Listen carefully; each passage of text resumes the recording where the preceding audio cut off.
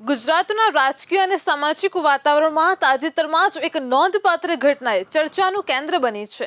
ચોટીલામાં યોજાયેલા ખેડૂત સંમેલનમાં ગુજરાતના પ્રખ્યાત આધ્યાત્મિક નેતા અને ખેડૂત આગેવાન કરસન બાપુ ભાદરકાએ આમ આદમી પાર્ટીના સંયોજક અને દિલ્હીના પૂર્વ મુખ્યમંત્રી અરવિંદ કેજરીવાલ ઉપર આકરા પ્રહારો કર્યા.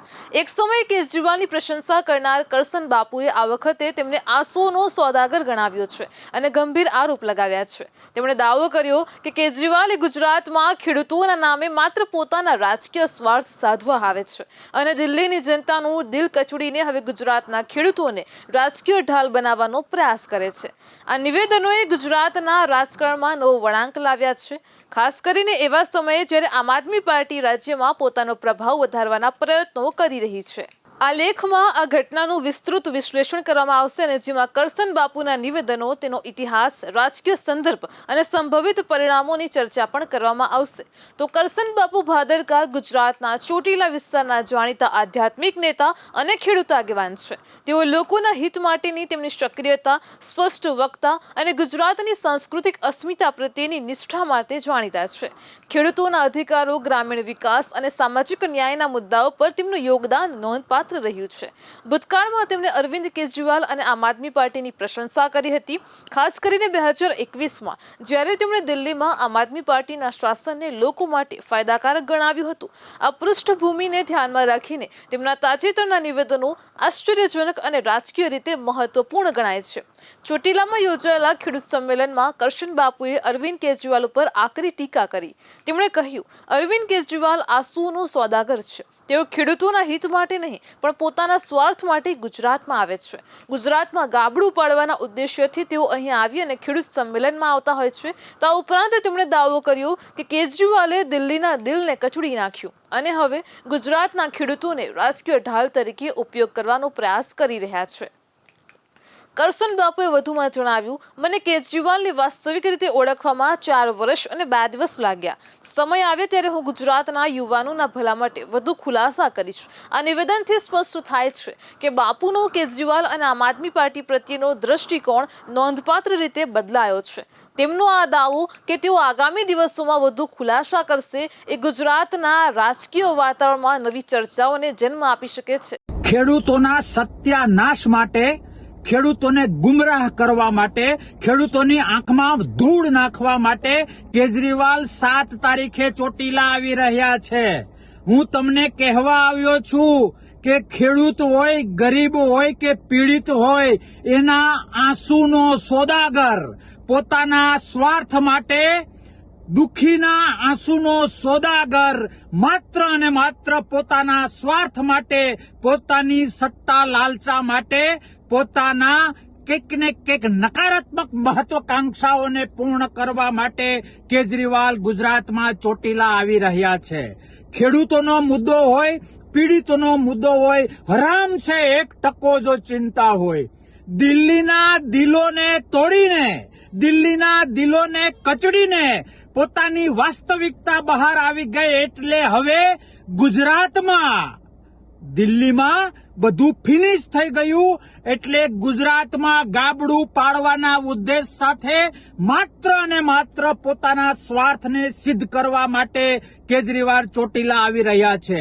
મારે એક ખેડૂતને અને એક ગુજરાતીને કહેવું છે કે સત્તાના નામે ગુજરાતનો સત્યાનાશ કરવા માટે, અધર્મ બેઝ ઉપર ધર્મના કપડા પહેરીને પોતાની છાપને ચમકાવવા માટે, ઈમાનદારીના કપડા પહેરીને માત્ર અને માત્ર પોતાના સ્વાર્થ એચીવ કરવા માટે મોટી મોટી કટ્ટરતાની વાતો કરીને, મોટી મોટી જરૂર પડીએ ત્યારે સનાતનનો વિરોધ કરવો, જરૂર પડે ત્યારે દાદા હનુમાનને, દાદા ભોળાનાથને યાદ કરવા, બધું જ આટી ઘૂંટી વાળું એક સિંગલ પોઈન્ટ એજન્ડા, માત્ર એક જ ઉદ્દેશ, પોતાનો સ્વાર્થ સિદ્ધ કરવો. મને પોતાને 4 વર્ષ અને 2 દિવસ આ માણસને ઓળખતા થયા.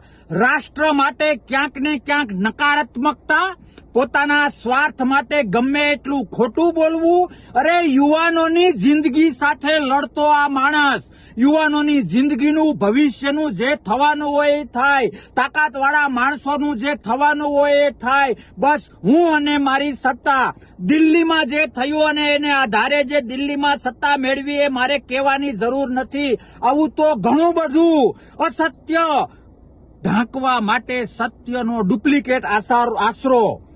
મારો કહેવાનો મતલબ એ છે કે સત્યના કપડાં પહેરીને અસત્ય કરવું, અનીતિ માટે નીતિના કપડાં પહેરવા, અધર્મ માટે ધર્મના કપડાં પહેરવા, પોતાના સ્વાર્થ માટે ખોટી ખોટી ભવિષ્યની વાતો કરવી, ગુજરાતનો સત્યાનાશ કરવા માટે, ગુજરાતમાં ગાબડું પાડવા માટે, ગુજરાતના પરસેવો પાડનારા લોકો, ગુજરાતના પરસેવો પાડનારા ખેડૂતોને ગુમરાહ કરવા માટે કેજરીવાલ આવી રહ્યા છે. લોકશાહી છે એટલે અમુક રીતે એને ન રોકી શકાય, પણ 4 વર્ષ અને 2 દિવસમાં આ વ્યક્તિને જે હું ઓળખ્યો છું, આ પોતાના સ્વાર્થ માટે ગરીબોના આંસુનો સોદાગર વ્યક્તિને જે મેં નજીકથી વાસ્તવિક રીતે ઓળખ્યો છે એ જાણીને તમામ ગુજરાતી ભાઈઓને 2 હાથ જોડીને વિનંતી કરું છું કે ખેડૂત માટે જે સંમેલન કરવા આવી રહ્યા છે, હું ચેલેન્જ આપું છું કે 2 મહિને,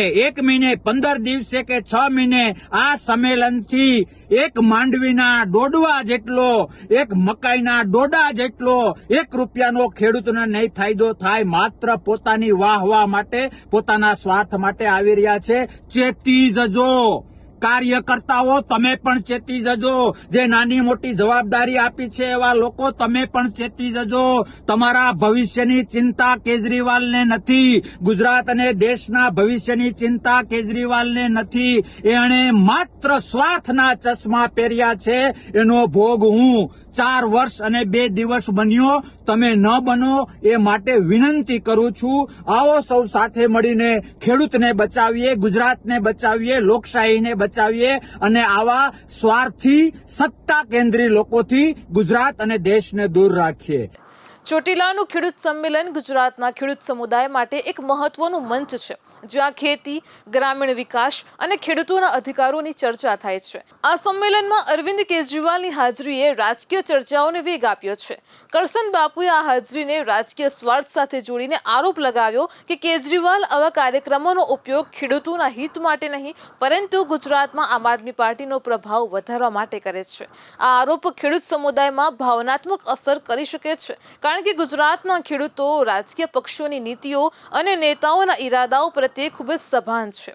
કરસન બાપુએ અગાઉ 2021માં કેજરીવાલની પ્રશંસા કરી હતી, જ્યારે તેમણે આમ આદમી પાર્ટીના દિલ્હી શાસનને લોકો માટે ફાયદાકારક ગણાવ્યું હતું. તેમના આ વલણમાં આવેલો ફેરફાર રાજકીય અને સામાજિક દ્રષ્ટિએ નોંધપાત્ર છે. તેમનું નિવેદન કે કેજરીવાલને ઓળખવામાં 4 વર્ષ ને 2 દિવસ લાગ્યા એ સૂચવે છે કે તેમની પાસે કેજરીવાલ અને આમ આદમી પાર્ટીની ગુજરાતમાં પ્રવૃત્તિઓ વિશે કેટલીક ચોક્કસ માહિતી હોઈ શકે છે, જે તેઓ આગામી સમયમાં જાહેર કરવાનો ઈરાદો ધરાવે છે. આ નિવેદન એ પણ દર્શાવે છે કે બાપુનો વિશ્વાસ કેજરીવાલની નીતિઓ અને ઈરાદાઓ પરથી ઉઠી ગયો છે.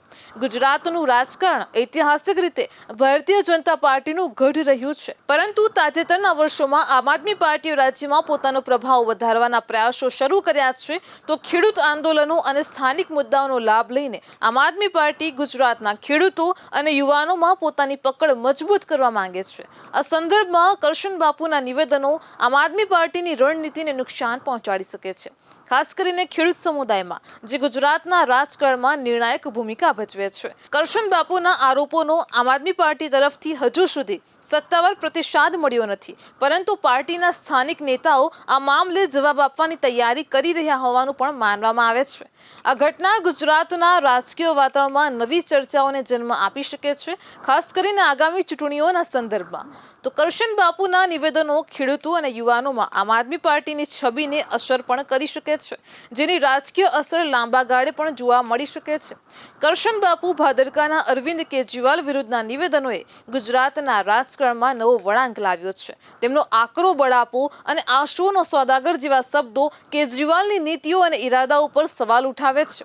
ચોટીલાનું ખેડૂત સંમેલન જે મૂળ રૂપે ખેડૂતોના હિત માટેનું મંચ હતું તે હવે રાજકીય ચર્ચાનું કેન્દ્ર બન્યું છે. કરશન બાપુનું વલણ બદલાવવું અને તેમનો દાવો કે તેઓ આગામી દિવસોમાં વધુ ખુલાસા કરશે એ ગુજરાતના રાજકીય દૃશ્યમાં નવી ગતિશીલતા પણ લાવી શકે છે.